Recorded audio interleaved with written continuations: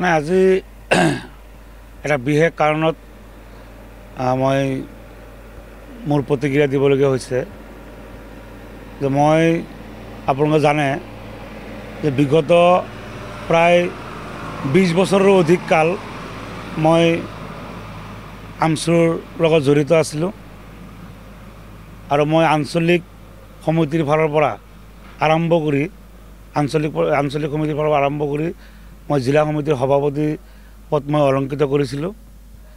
আজি মোৰ বিশেষ কাৰণত, বিশেষকৈ মোৰ পৰিয়ালৰ কাৰণত, মই যিহেতু পৰিয়ালক মোৰ সময় দিয়া মই খুব জৰুৰী বুলি মই অনুভৱ কৰিছোঁ।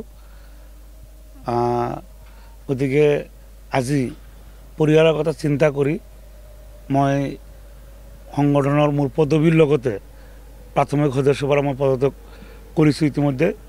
গতিকে এই কথাখিনি মই যিহেতু মানে ইমান আমাৰ অসমৰ সংখ্যালঘু সমাজৰ সকলোতকৈ শক্তিশালী জাতীয় সংগঠন সদৌ অসম সংখ্যালঘু ছাত্ৰ ইউনিয়ন আমছুৰ জিলা সমিতিৰ সভাপতিৰ দৰে পদত যিহেতু মই অধিষ্ঠিত হৈ আছিলোঁ, গতিকে মই যিহেতু পদত্যাগ কৰিছোঁ, মোৰ কথাখিনি নিশ্চয় মোৰ দৰং জিলাবাসী ৰাইজ বা অসমৰ যি মোৰ সতীৰ্থসকল আছে তেওঁলোকে নিশ্চয় জ্ঞাত হ'ব লাগিব। আৰু তাৰ বাবেই মই ৰাতি আপোনালোকক মই হয়তো আমন্ত্ৰণ কৰিব মাতি লৈ আহিছোঁ। গতিকে মই আপোনালোকৰ মাধ্যমেৰেই এই কথাখিনি মই ক'ব বিচাৰিছোঁ যে মোৰ এই দীঘলীয়া সাংগঠনিক সময়ছোৱাত আমাৰ কেন্দ্ৰীয় সমিতিৰ সন্মানীয় সভাপতি ৰেজাউল কৰিম চৰকাৰ ডাঙৰীয়া, উপদেষ্টা আইনুদ্দিন আহমেদ ডাঙৰীয়া, কেন্দ্ৰীয় সমিতিৰ উপসভাপতি আব্দুৰ ৰহমান বিশ্বাস ডাঙৰীয়া, আমাৰ জিলাৰ পৰা প্ৰতিনিধিত্ব কৰা আৰু দুজন আলেফুদ্দিন ডাঙৰীয়া, চাইফুল ইছলাম ডাঙৰীয়া, তেখেতসকলে যথেষ্টখিনি মোক সহায় সহযোগ কৰিছিল। গতিকে তেখেতসকলক মই কৃতজ্ঞতা জ্ঞাপন কৰিছোঁ। আৰু মোৰ এই কাৰ্যকালত সাংগঠনিক কাৰ্যকালত বিভিন্ন দল বা সংগঠন তেওঁলোকৰ ফালৰ পৰা মই বহুত সমৰ্থন পাইছিলোঁ। তেখেতলোকক মই ধন্যবাদ জ্ঞাপন কৰিছোঁ। আৰু বিশেষকৈ জিলা সমিতিৰ মোৰ সতীৰ্থসকল তেওঁলোকেও মোক যথেষ্টখিনি সহায় যোগ কৰিছিল। আপোনালোকে জানে যে মই দুটাকৈ কাৰ্যকাল মই জিলা সমিতিৰ সভাপতি পদত মই অধিষ্ঠিত হৈছিলোঁ। আৰু বিশেষকৈ মোৰ যি আঞ্চলিক আছে দৰং জিলা সমিতিৰ অন্তৰ্গত, সেই আঞ্চলিক সমিতিৰ সভাপতি, সাধাৰণ সম্পাদক প্ৰমুখ সকলো বিষয়ে মোক যিদৰে মৰম দিছিল, তেওঁলোকেই মোক দুবাৰকৈ পদত অধিষ্ঠিত কৰাইছিল।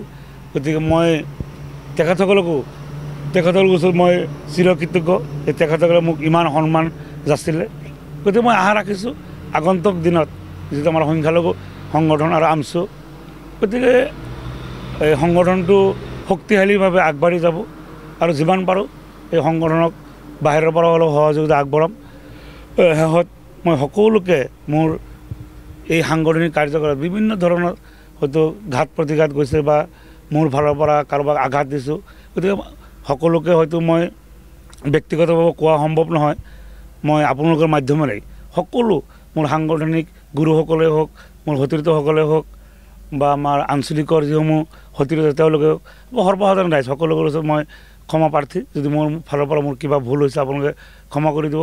আৰু বিশেষকৈ অতি শেহতীয়াকৈ আমাৰ বেচিমাৰি যি দৈপাম আৰু আপোনাৰ দৈপাম বেচিমাৰি সংযোগী যি পথ আছিল, এই পথ লৈ আপোনাৰ যান জঁট বৃহৎ এটা যান জঁট আমি বহুত দিনৰ পৰা আমি হয়তো লাগি আছিলোঁ। আৰু এই ক্ষেত্ৰত মই অলপ বেছিকৈ উদ্যোগ লৈ হয়তো যিমান দূৰ সম্ভৱ হয় উচ্ছেদ কৰি ৰাস্তা মুকলি কৰাৰ কাৰণে চেষ্টা কৰা হৈছে। গতিকে তাতে দোকানদাৰসকলকো হয়তো তেওঁলোকে অলপ মনত আঘাত পাইছে, কাৰণ যিহেতু দোকান অলপ ভঙা চিঙা হৈছে, গতিকে তেওঁলোকেও মনত কোনো আঘাত ল'ব নালাগে। সকলোৰে ৰাইজৰ ছাত্ৰ ছাত্ৰীৰ সুবিধাৰ্থে মই এইখিনি উদ্যোগ লৈছিলোঁ এটা সংগঠনৰ নেতৃত্ব থকাৰ বাবে। তেওঁলোকেও যাতে মোক ভুল নুবুজে। আৰু মই ভাবোঁ তেওঁলোকেও কিছুদিন পিছত হয়তো এই কথাখিনি তেওঁলোকে অনুভৱ কৰিব যে মই যিখিনি উদ্যোগ লৈ কৰিছিলোঁ সেইখিনি শুদ্ধ আছিল। গতিকে মই সকলোকে ধন্যবাদ জ্ঞাপন কৰিছোঁ। আৰু মোৰ বাবে সকলোৱে যাতে দোৱা কৰে আগন্তুক দিনত যাতে মই ৰাইজৰ হকে বা যাতে মই য'তেই যাওঁ যাতে মই অলপ সফলতা অৰ্জন কৰোঁ, তাৰ বাবে সকলোৱে দোৱা কামনা কৰিছোঁ। ধন্যবাদ।